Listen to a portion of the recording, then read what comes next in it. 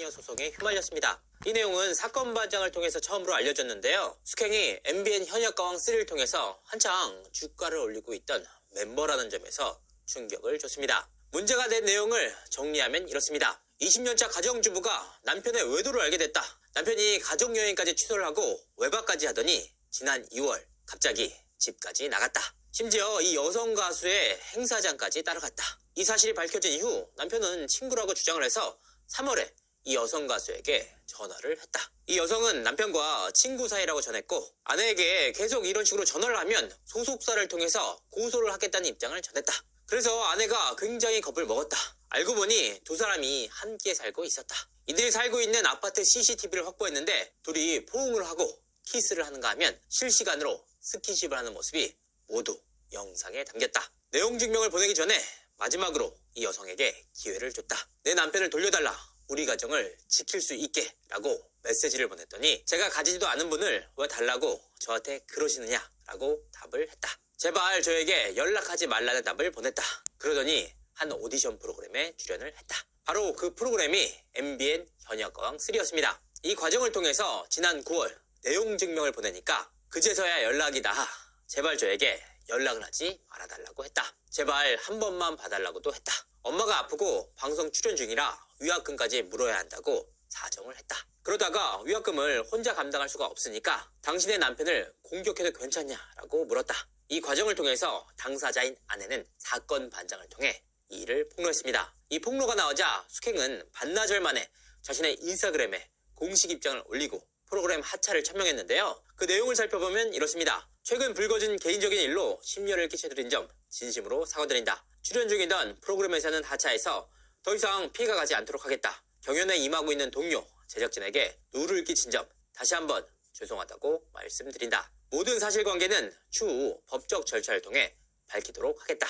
그래서 제가 추가적으로 취재를 한번 해봤는데요. 여기서 의아한 지점이 한 가지 있습니다. 뭐냐? 숙혜기 씨가 이중적인 행태를 보이고 있다는 겁니다. 본인의 과오를 인정하면서 출연 중이던 방송 프로그램에서는 하차를 밝히면서도 법적 절차를 통해서 진실을 밝히겠다라는 뜻을 전했다는 겁니다. 아니 법적 절차를 통해서 어떤 진실을 밝히겠다는 걸까? 여기서 핵심은 해당 남성의 거짓말 여부입니다. 제가 추가적으로 알아보니까 이 남성은 스스로를 수백억대 자산가로 소개를 하면서 사업가를 자처했다고 합니다. 실제로 숙행과 이 남성은 골프 등을 치면서 데이트를 즐겼습니다. 특히나 숙행의 주장에 따르면 이 남성은 숙행에게 가정이 파탄났다고 했다. 재산 분할의 위자료 정리까지 모두 끝났다고 했다는 겁니다. 이 남성은 법적으로 정리하는 단계만 남았고 숙행 입장에서는 그 말을 믿었다는 주장이었습니다. 숙행의 주장에 따르면 이 남성이 밝혔던 내용과는 달리 실제로 가정이 유지되고 있었고 이 내용을 인지하자마자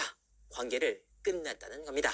이와 같은 논리로 인해서 숙행 본인 역시 피해자라는 주장이 나왔는데요. 과연 이 내용들이 사실일까? 그래서 법조계 관계자에게 사실 확인을 한번 받아봤습니다. 문제는 숙행이 이 남성이 법적 서류가 완전히 정리된 싱글남이 아닌 아직까지는 서류상으로 정리되지 않았다는 것을 스스로 인지했다는 겁니다. 그러니까 결과적으로 숙행의 책임 역시 가볍지 않다는 의미인데요. 이런 상황 속에서도 숙행 본인은 이 남성의 기만 행위로 인해서 본인도 피해를 입었다는 주장을 계속해서 이어가고 있습니다. 그러니까 결과적으로 이 남성의 아내로부터 상간녀 소송을 당하지 않았습니까? 이로 인해서 본인이 당하는 피해 역시 적지 않은 바 해당 남성의 기망행위로 인해서 이번 피해가 이뤄졌으니 이 남성을 상대로 손해배상 소송을 제기할 가능성이 있다는 겁니다. 그렇다면 숙행은 대체 왜 이 남성을 공격할 수도 있다라는 입장을 아내에게 전했던 걸까? 여기에는 숙행 본인이 현재 출연 중인 현역가왕 3의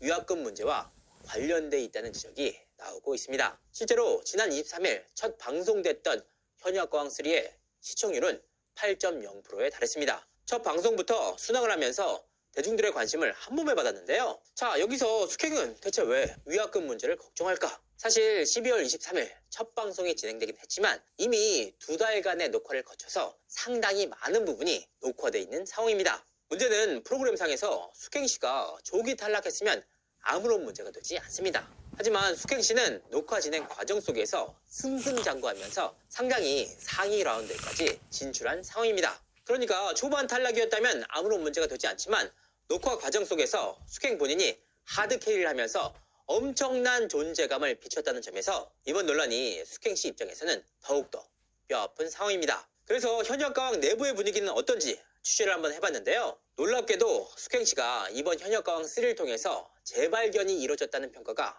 나올 정도로 이를 악물었다고 합니다. 실제로 숙행 씨 본인 역시 자신의 인스타그램에 현역가왕 출연 전부터 마지막 동화줄이다 라는 글귀를 작성해 놓을 정도였다고 하는데요. 이번 프로그램 출연에 대해서 얼마나 본인의 기대치가 높았는지를 엿볼 수 있는 행보였습니다. 다만 함께 출연 중인 동료들과 관계자들 모두 이번 숙행의 불륜 사태를 지난 29일 사건 반장을 통해서 처음으로 인지했다고 합니다. 그러니까 동료를 비롯한 관계자들은 숙행의 문제에 대해서 전혀 몰랐다는 의미입니다. 다만 이후에도 숙행 본인이 본인의 억울한 사정에 대해서 지인들에게 어필을 한 것으로 보이는데요. 그 내용들을 정리해보면 이렇습니다.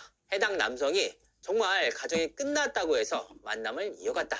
특히나 해당 남성의 주장이 거짓이라는 것을 인지한 이후에는 관계를 완전히 끝냈다.